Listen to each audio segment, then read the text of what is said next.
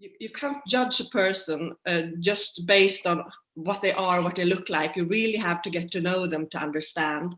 And I think that's the heart in the film. Hi, I'm Maryanne Redpath, head of Berlinale Generation. It is my great pleasure today to talk about the film Nelly Rapp, Monsteragentin, which will be screened in Berlinale Generation K+ in this season. My guests are director Adolfsson, scriptwriter Sofie Forsman, and the young actress at the heart of the whole film, the monster agent herself, Matilda Gross. Okay, welcome to this little round of talks we are going to do with each other. It's my pleasure to have you here in this studio today. I think if you agree, we can start. Are you ready to go? Yeah. Okay. No trick questions, all really easy questions to ask. First question to Amanda, to the director. In 2 or 3 sentences, what is this film about? This is about a young girl who is experiencing a big adventure. She finds out that monsters exist in our world, and she explores that. It's also about friendship, because in the end she becomes friends with the monster and the complication that may have. In contrast to other art forms, it is virtually impossible to make a film all by yourself. So, aesthetically speaking, who would you call your biggest allies in the making of the film? It's the DP, of course, the cinematographer, because we decide what kind of feeling and closeness we will have with the actors. But of course, it's also a lot about the casting of who is going to play the roles. But still, you could do so much with an actor. So it's also very much about the costume and the makeup and the set design to set the world. So I think I work a lot together with all those artistic departments. But I must also say, my producer and the scriptwriter in the pre-process, that you really focus on what kind of film is it we're going to do, and talk a lot about that, and that form the whole process, I think. I would like to say, from my point of view, this film is absolutely very scary in parts, super scary. And at the same time, there's a lot of Ghostbuster fun elements to it, which make it super accessible for almost all ages, I would say. I mean, not the really small ones, because they might get really, really scared. But at the same time, you're also, as having fun and being scary, you're also going into a very deep place about outsiderness, about marginalization, about who is the real monster in our society. Would you care to speak to that?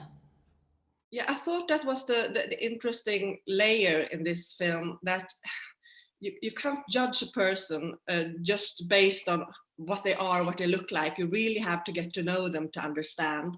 And I think that's the heart in the film, that Nelly actually crossed that border, not to just have thoughts about what is a monster. She really explores it with open eyes and open heart. So I think that's interesting. And also it's interesting to we thought a lot about that in the developing process. Who would be a monster? Where would it be? Could we see it out in the streets? Is a monster working in the supermarket, or sitting on a bench drinking beer, or is it a vampire gamer just sitting inside with the curtains all thrown all day? So it's fascinating, I think, to think about that fairy tale part to reality, and to compare it also with the reality. So this brings me to a question to Sofie. Your script was based on some very well-known, at least in the Scandinavian countries, I think, Nelly Rapp series, children's books. And I would like to ask you, I mean, it's not always an easy journey to adapt from really well-known books series into a screenplay. So what would have been the biggest challenges for you in that respect? I think it's around like 15 books, or maybe 20 books. So for me, it was really about to get the essence of the books and put it in a story that could work a cinematic story that could work like with all the elements from the books, but another story. So, but I think in the books, the monster theme is really rewarding to make a film about, because it's like who's a monster, the thing you talked about earlier. One can be a monster in one situation, and one can be a human in another situation.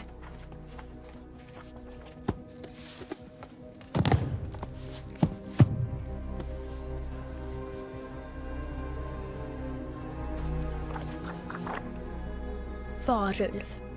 Hälften varg, hälften människa. Förvandlas vid fullmåne. Vill ha kött. Spöken. Kan eller vill inte lämna den här världen. Vampyrer. Tål inte sol. Dricker blod.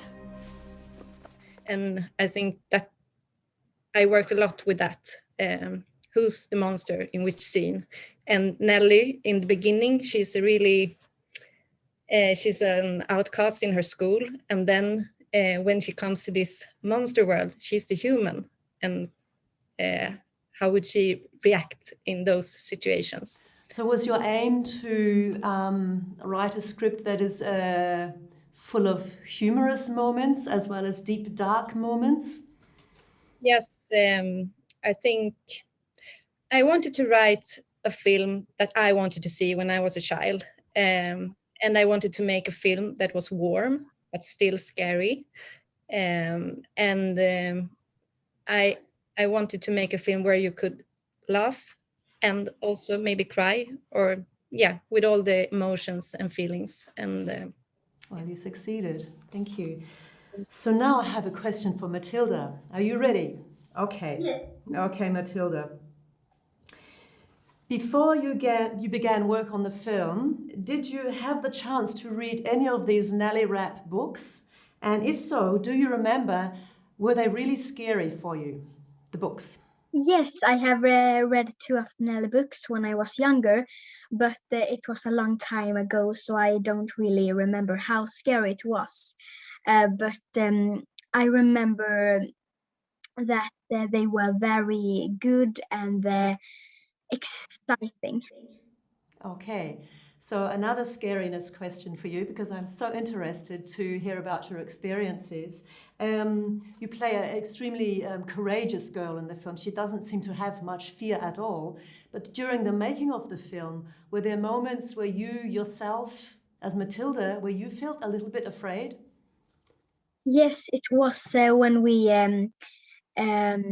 we were out in the forest and shooting the scary scenes with the werewolf. The werewolf chases Nelly in the forest, and that felt very, very real. So that the night is be a little bit scary. What do you think might be the scariest moments, knowing the film as well as you do, for the audience when they are watching it? I also think the audience will think the scene with the werewolf, it must scary and exciting. The makeup on the werewolf was very, very real and just amazing.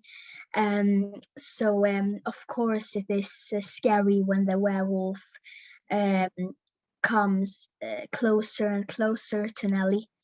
Thank you for that. Amanda, a question back to you again. It's actually the COVID question I want to ask you. I mean, the pandemic has changed the world of film so much in the last year for everybody making films, watching films, etc. Did it also have a big impact on making your film? Not making it, because we were finished shooting in December and the corona breakout came the year after. But it had a big impact on when we were going to release it in Sweden in cinemas, because of course we wanted a big audience and we released it in the autumn break, so the schools were out and everything, so we could just have it in the cinemas in 2 weeks time, I think, because after that they took it down from 30 persons to 8. So I mean, that was hard, I think, for the expectations of the film, and you really wanted the audience to see it. Still, it came up on VOD much earlier than we thought, so people have watched it at home.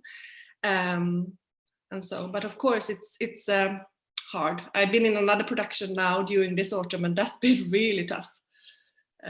Scheduling and sick actors or sick crew members, or just to everything takes so much longer to film. Because, you know, we work with the crew, one person in, one person out, one person in, one person out when you're going to fit makeup or clothes or everything. So yeah, it's stressful.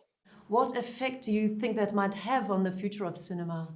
I don't know, but I really hope that we will appreciate the cinemas more when it's open again and we can go. So I hope that people miss going to the cinema and miss experience film together in that area. So I just hope that it will be a wake-up call that we really need the cinemas after this. That's what I hope for.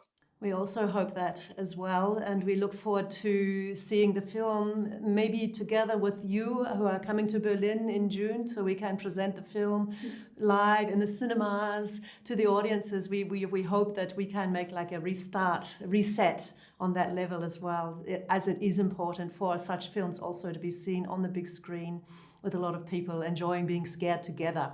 And I think that's great, and laughing together. Just a last question for all three of you, actually. I'll start with Sofie.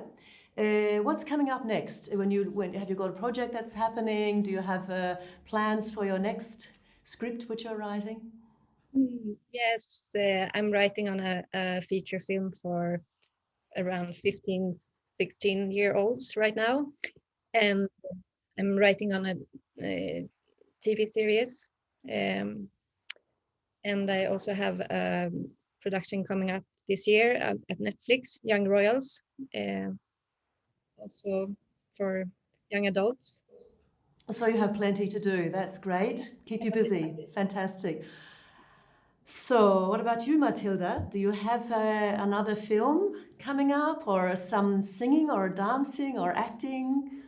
Any projects? I'm going to play a role in a musical this autumn. So yes, that. Okay. Well, good luck for that. Thank you. And what about the director, Amanda? Have you got another project on the horizon? Well, I'm just now editing 4 episodes of a TV series called The Bonus Family. It's a drama comedy. And after that, I'm going to give birth in 1 week's time. That's a project. And after that, we are actually developing a Nelly Rapp 2 and maybe 3, just very early, but that's something I hope for after maternity leave. Yeah. So make sure Matilda doesn't grow up too fast. Exactly. That's exactly. Okay. Well, I wish you well for all of your next projects. Congratulations again on a fantastic film, and it really has a very central part to play in the K+ program. So we're looking forward to screening it, first of all, in March for the industry, see how that goes, and then for the audience in June. We look forward to that as well. Thanks very much. Time has run out. It's been great talking to you. Meeting you here digitally has been okay, but I look forward to seeing you then in June in person. Thanks a lot. Bye. Thank you. Ciao. Bye.